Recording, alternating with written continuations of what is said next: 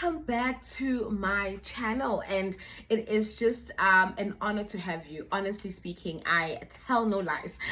It is really an honor to have you engage with me. To my current subscribers, thank you so much for your help. I see you rooting for the girl. I see you praying for the girl. I see you saying, we see you, girl, keep on going. And I really do appreciate it. And if you are new to this channel, please you're missing out. Please do join the family by pressing that subscribe button and that notification bell. Please help me grow this family and be able just to widen our reach. And so if you know someone who knows someone that you feel will benefit from this content, come on guys, don't be selfish. Now bring them on board to say Pastor A is on YouTube. So thank you so much for engaging. I really do appreciate it. And I will for you. So today I really want to talk about something that not only continues to affect most women in this country, in the world, but also has affected me personally. And if I can raise awareness on this issue in any form, I will not hold back from talking about what happened, from talking about the effects of that which took place, to talk about recovery, to talk about owning that particular space, and really seeking help in that area. So here we all just trying to figure it out. I will share, you will share, and today I bring you guys into some of my biggest traumas that took place when I was a little girl, and I'm going to talk about how I dealt with it then. I'm going to talk about how I continue to deal with it as an adult. So please grab your cup and maybe a few tissues, but that would not be my intention, y'all. And I will tell you everything that happened to me. But it is all centered around sexual assault. And so I hope that you really do learn something from this. As much as it does not take the experience away, it does not take the hurt away, it will not take the pain and the aftermath of that which you might have also gone through, male and female. But all I can say to you is that if I'm sitting in this chair and I'm able to talk today, that means healing is available. That means that you can get the help that you need, and you don't have to be continue to be a victim of that which took place. So please guys, engage with me. I look forward to hearing from you on this topic.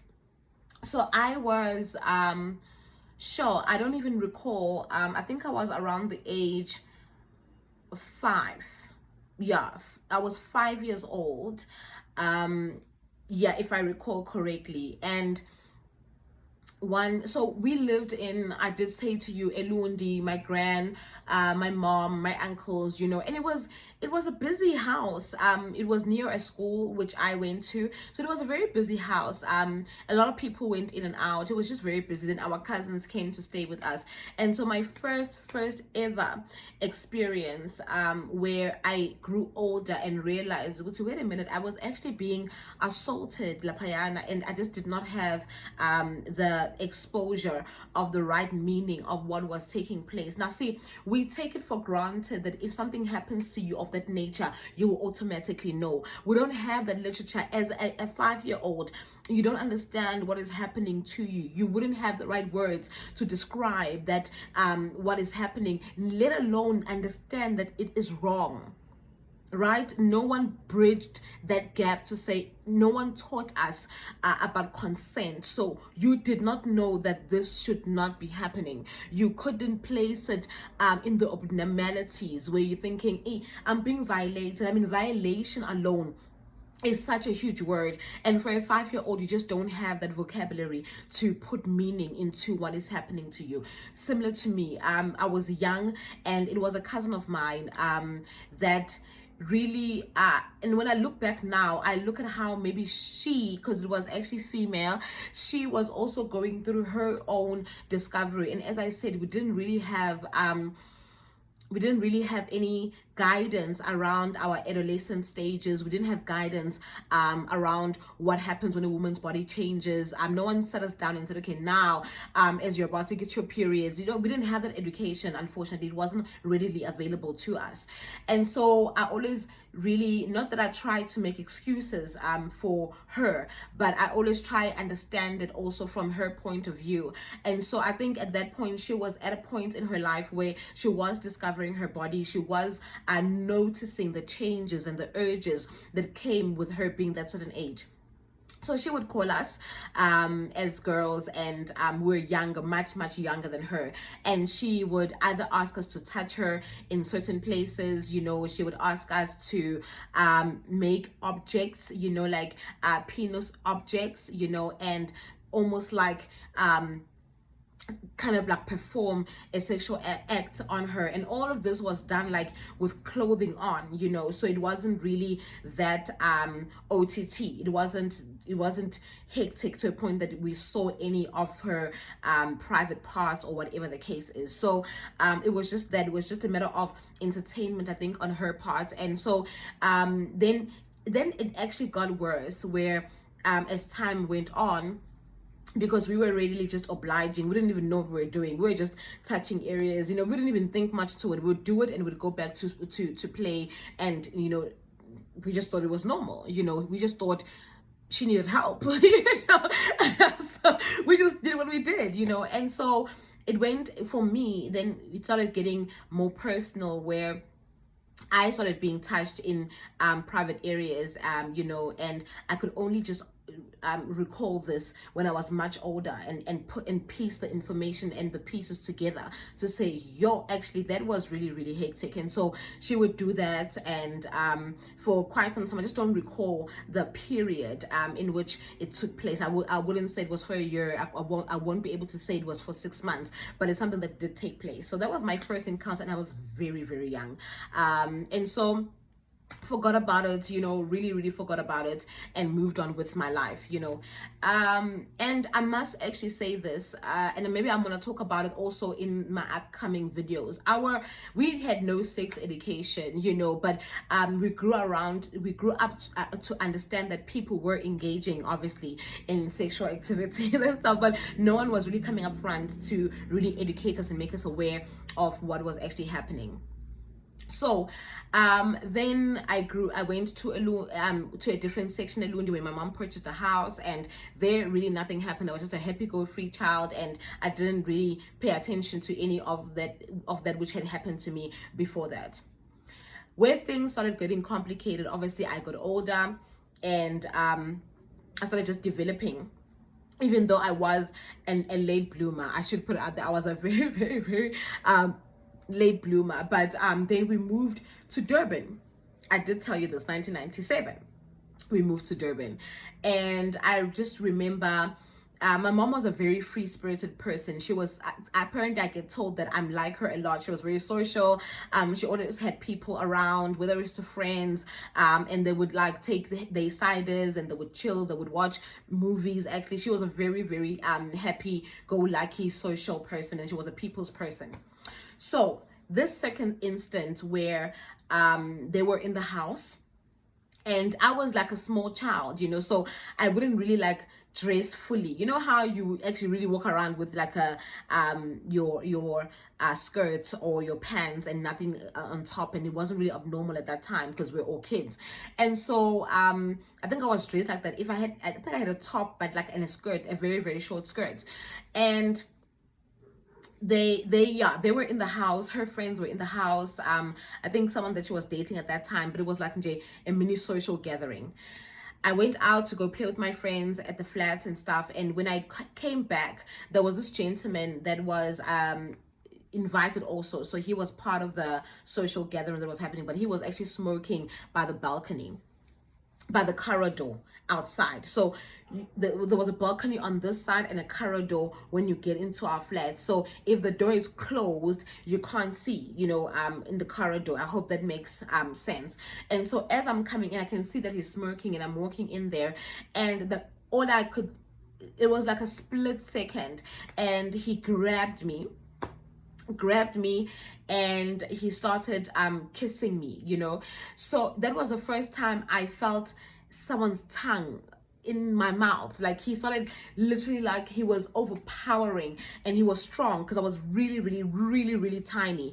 And I'm panicking, and I'm not sure what is going on, but I could smell nicotine on him because he was smoking.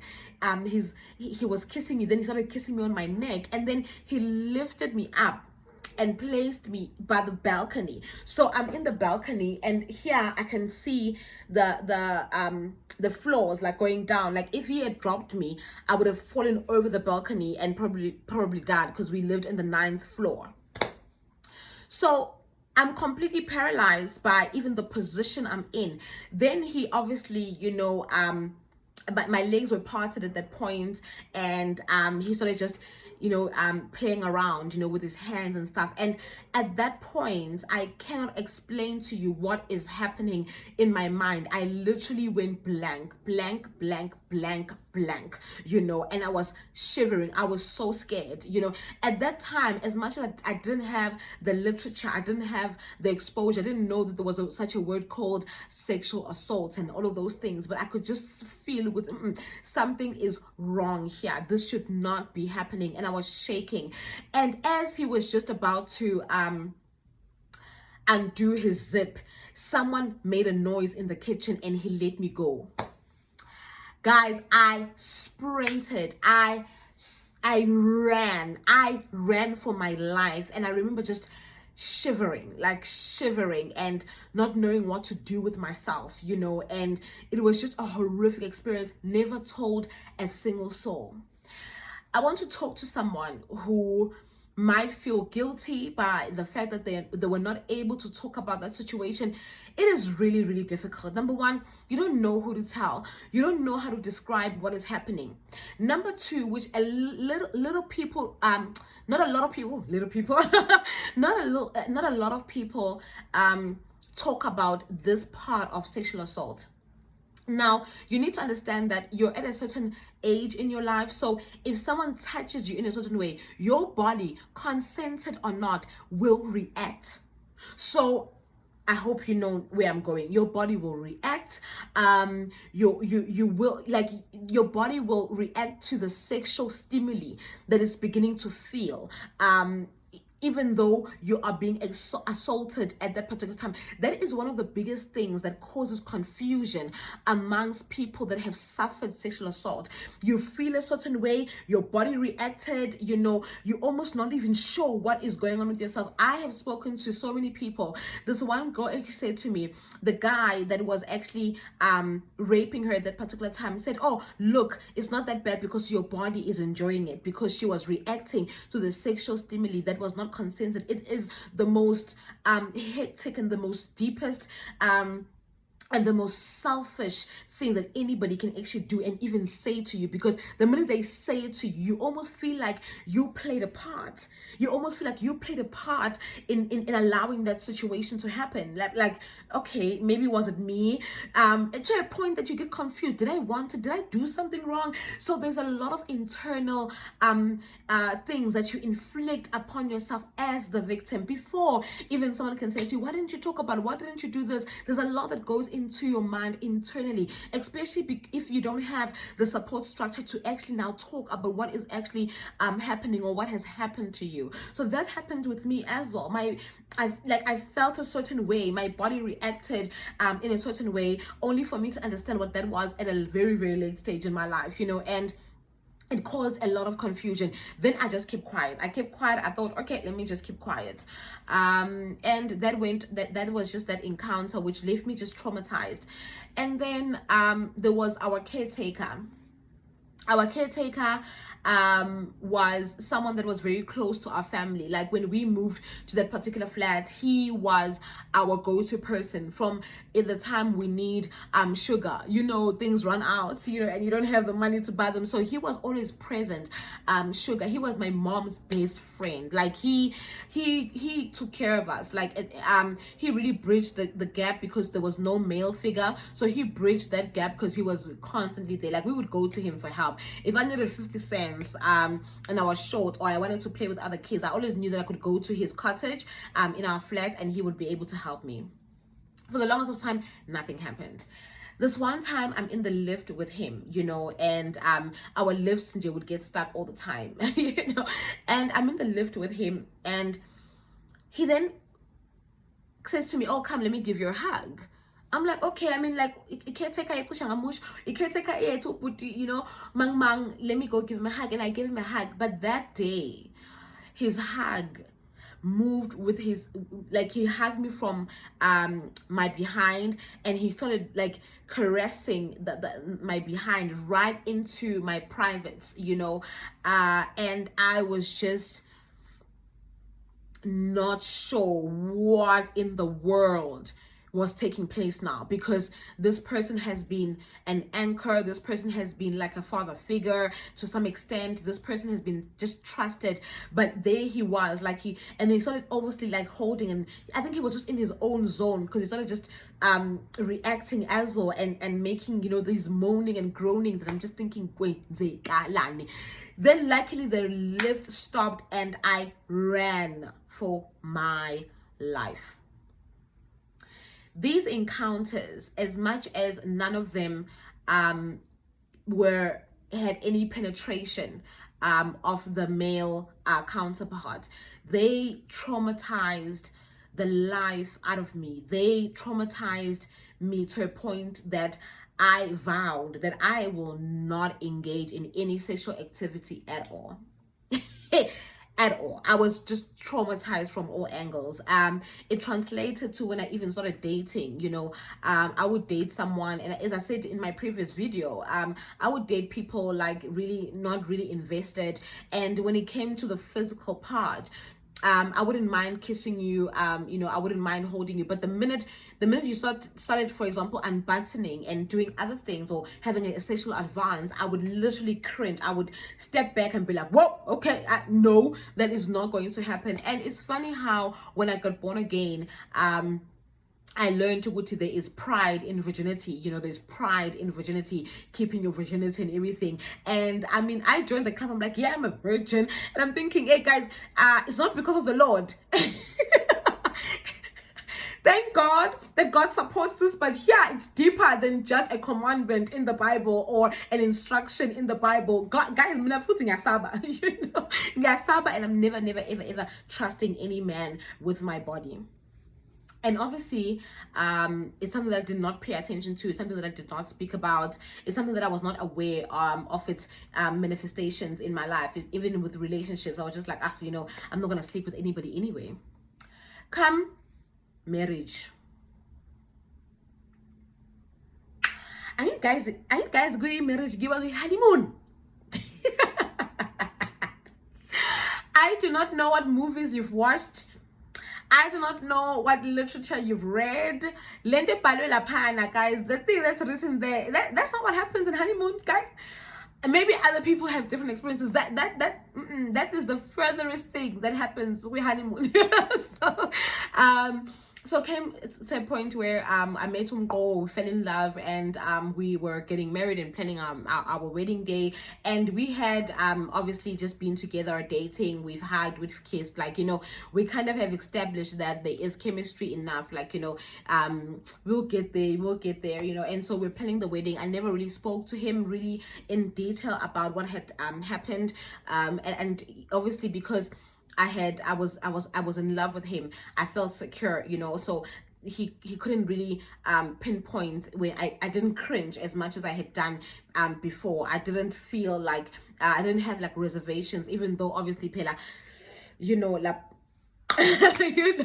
and then came our wedding day in 2012, the 27th of December, and now Pela, now someone has paid for unlimited access.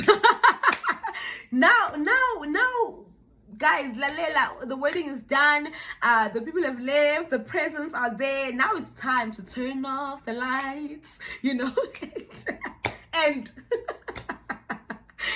I remember just not feeling as comfortable as I should have been feeling, or feeling any form of excitement.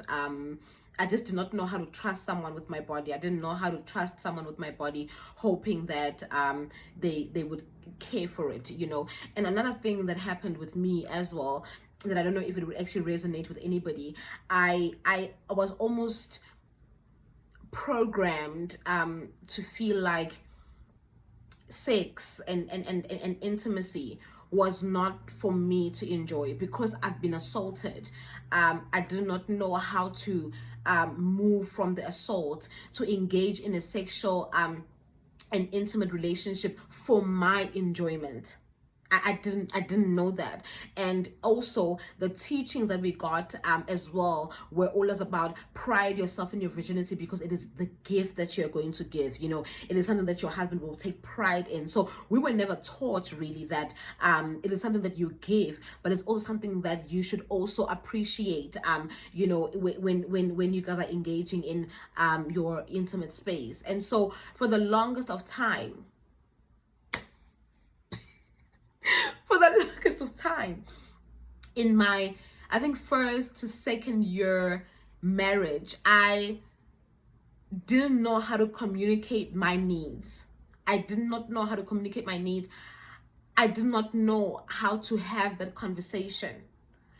I felt very weird about it. I also felt like maybe it's just too much. Maybe sex is just for him, you know. And then when that happens, that and then it's done, you know. Then you've done your part.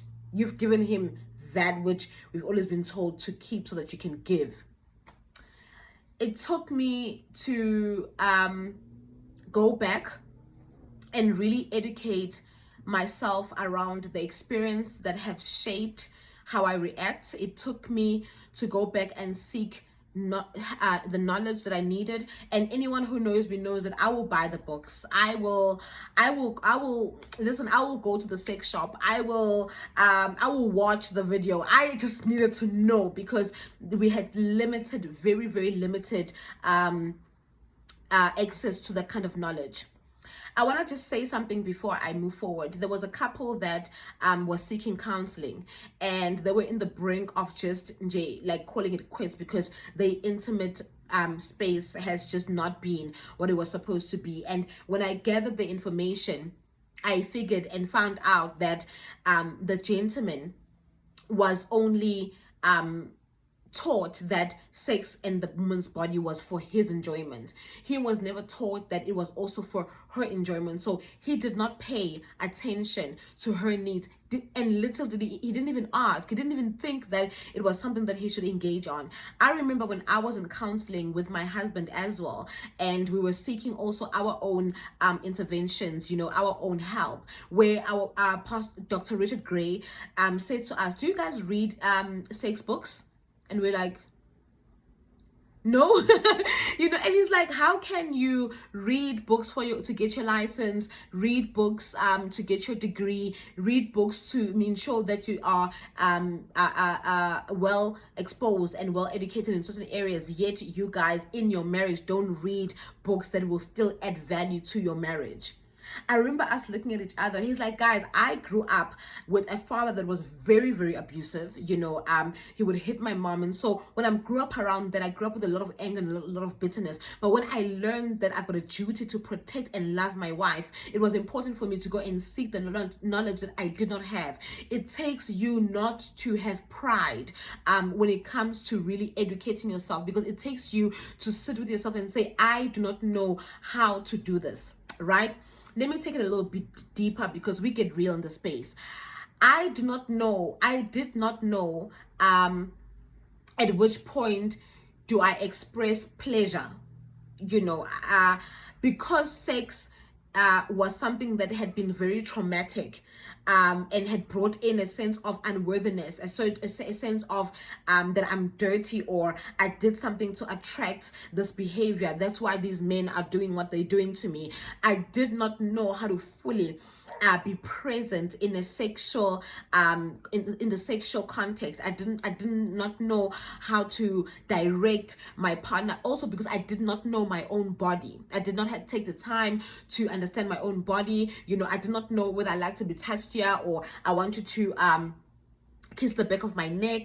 I couldn't articulate that, and it took us and it took me also owning my space. Before I could project all of those needs to my husband, I needed to sit with myself first and say, okay, Ayanda, how do you deal with the trauma? I had to lay it bare. As I said to you, there's only one way that healing starts by saying, God, I am broken in this area. I was shy. I'm the kind of girl that wouldn't even bath around other girls, because my first sexual act an assault was with a female. So I didn't trust nobody.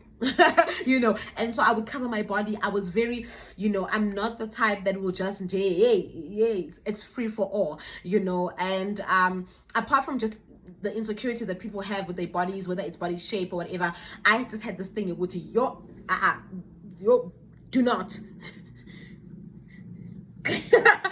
don't and it took me, as I said, I don't want this video to be too long, but it took me to own that space. It took me to go and read books about the aftermath of sexual assault, irrespective of the age that you suffered that particular trauma in your life. I had to go back and read about certain behaviors that someone can have, even just detachment, guys. Like I'm very quick to detach. I was very quick to be like, okay, whatever, even those detachment issues where you don't want to be fully vulnerable. Guys, if you are going to be if you are going to have sorry about the noise, guys.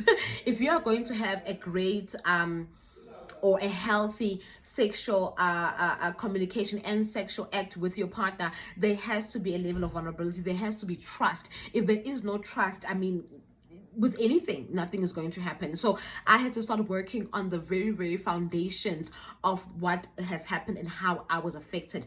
Trusting you. Do I trust you with my body? Number one, being able to be vulnerable, being able to direct you. Also just knowing how my body reacts, so I had to study, my own body and find out things that I like and things that I don't like, so that I can be able to talk. Guys, when you get to the stage, there's no such thing as we are going to guess, you can, but you needed to be aware, and those are the sort of things that I had to really, really seek information on. So I went to CNA, and this I just did recently, but there are other books that I used to read, and I'll drop those books on the comment section below. But I used to read things like the Quicky Quick Guide to Great Sex. I read and purchased a book by Dr. T, which is called Sexual Health and Sexual Pleasure, just to understand what can really play and have a play in affecting your sexuality and your desire for sex, because that also, when you've been traumatized in a certain area, you don't really necessarily have a desire, and it's not even a low libido issue. In my case, it was a matter of trauma, and just dealing with that. And so I really had to go and present those things to God and say, God, I need you to heal this part of me. I need rather to know and accept the temple and the body that you've given me, and also just understand that sex was actually meant for enjoyment.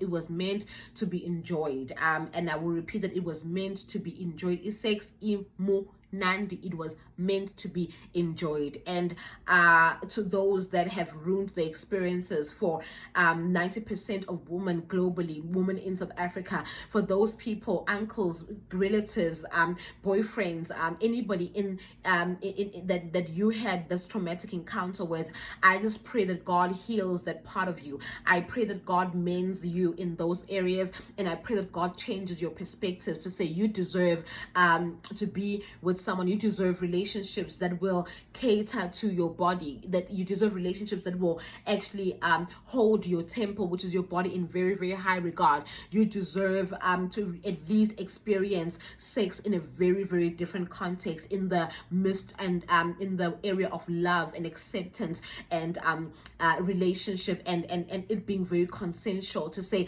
I wanted, you wanted, and for you to grow in your acceptance of your own body, for you to go back and rewrite the trauma, to say that as much as I was traumatized in this area, but when you touch me like this, I actually like it. When you do this, I actually like it. I want you to do more of this, and without the acceptance, without the healing, unfortunately we will not be able to get to that place. We'll always treat sex like it is one-sided, and you'll feel very, very, very, very disappointed in that. And so I really just wanted to share my experience. Sexual trauma is a very, very big thing. It affects most of the areas of your relationship. It affects the way that you relate. It affects how much you bring the person in. And if you're going to engage sexually with your husband and stuff, I mean, it needs to be just beautiful. It needs to be healthy. It needs to be often.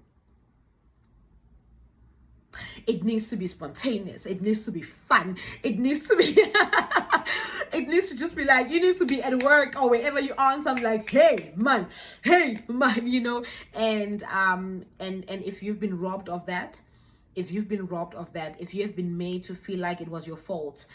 Some people get raped by their own partners because no means no. If you have suffered anything like that, if you have gone through that, if you had gone through that in a very traumatic way, I met a lady the other day who was raped by a gang, an entire gang. There are issues there of soul ties. There are issues of people just putting things into you sexually, so there's a lot that one needs to heal from. There's a lot that one needs deliverance from. There's a lot that one needs covering from. And so tonight, with this sharing, or with this engagement, I pray that your healing starts today. I pray that you open yourself up. If you've been running away from that area, thinking that another relationship will heal that area, thinking that marriage will heal that area, I'm telling you, it only gets worse. If you are sitting on this pain, thinking that you're going to wait for an opportune time for you to deal with it, I say to you, deal with it today. Deal with your sexual trauma today. Start the journey of reimagining how sex could feel like if it was in a space where you felt loved and protected. I pray that God covers you. I pray that God wipes your tears. I pray that God heals the part of you that thinks that you had done something to inflict this kind of pain in you. There are people that said, oh, but she was wearing a short dress, or she came over to my place. But no still means no. So I really, really want to pray for you, and I really want to implore you to really seek the intervention and the help that you need, that goes beyond me just saying I pray for you. If you need to talk to someone, if you need to read the right books, if you need to really go back and just unlearn the entire experience, get it out of your system, so that when you engage in sex, okay. And obviously we just don't get there overnight. There is a work that needs to be done. And so I do not want this video to be too long. I just wanted to share something that happened to you, that happened to me rather, and just for you to know that I've been there. Some people have been there, and unfortunately the statistics are very high. So many people have been there. It's not the time for us to live in shame. It's not time for us to shy away from what we are feeling. And another thing, before I actually go, which has just been brought into my spirit, there are other ways that people respond to sexual assault. Some people actually seek to sleep with more people just to cover the pain. So they become more promiscuous. And maybe promiscuity is a negative connotation in this regard, but they seek out more. They want more. They want to close that gap using other guys, and it just becomes a mess. Other people actually take substances just to try and numb that pain, just to forget about it. Because guys, the minute you are blank in that place, you feel so paralyzed, you feel so insignificant, you feel so traumatized. And that, my ladies and gentlemen, is not an overnight work. That is not you waking up in the morning thinking, yeah, okay, you can come and touch my body. It doesn't work like that. It is a healing, it is consciousness, it is intention. You need to have a bit of intention for you to pay attention in that area of your life. And I pray that God blesses you with someone and a partner that will be patient in your stages. God, I pray that God blesses you with someone that will understand your trauma and understand how to please you as you are pleasing them. Because at the end of the day, as I said, sex was meant to be enjoyed. Sex was created by God, and I pray that He heals you. I pray that you come out of it, and you come out of it stronger than what the experience left in you. I pray that it did not change you to a point that you did not want to engage in any sexual activities. Like I was just like, and these mark me absent. But at the end of the day, when God has blessed you with someone, when you do have a partner, it is just what it is. You need to enjoy that which God has kept for you guys to enjoy, which is beautiful sex, which is great sex. And I pray that you are able to experience that. With all that being said, I pray that you tell people that have been affected to watch this video if you feel that it will help them in any kind of way. I pray for you, you pray for me. The song says, I love you and I need you to survive. Do not give up yet. If you need to seek help, seek the help that you need. I love you guys, and thank you so much for your support. And I hope that this really does shed some light, and this does comfort someone to say, you're not alone. You're not alone. Unfortunately, this is not something that we'd want to boast about, but you're really not alone. And we understand the pain that comes with it. We understand the aftermath that comes with it. We understand the lifelong pain and scar that is already there, guys. Sometimes a wound can be completely healed, but the scar is still in the body. Sometimes the scar is just there, and it will just live with you. It will live with you, and you will learn how to live with it. And sometimes this trauma is just what it is. It's exactly that. You learn to live with it. You learn to say, you know what, I'm going to try really enjoy. I'm going to try really reimagining and reteaching myself, and unlearning what had, and try unlearning what the negative connotation now that comes with sexual intimacy when you have been assaulted in any kind of nature. And so, guys, with that, I leave you with this note. God does heal the brokenhearted. He is close to the brokenhearted. The Bible says He is the balm of Gilead, meaning that He can heal any wound. Open it and He will heal it. Close it and He can't touch it. God cannot do anything without your consent. And I pray tonight that you will have the bravery to still go down on your knees and say, God, I do not want to ignore this area of my life anymore. It happened. This is how it's affecting me. Help me move forward. And the God that we serve, that is all present, the omniscient God, the omnipresent God, the God who is able to do exceedingly and abundantly above more than you can ever ask, think, and even imagine, will do exactly that. Oh God, He will heal you. My guy, He will heal you, because yay, it is rough out in these streets. And so with that, good night, and I will see you guys some other time where I've got something to say. But I hope really that you were blessed by this. Cheers. Bye.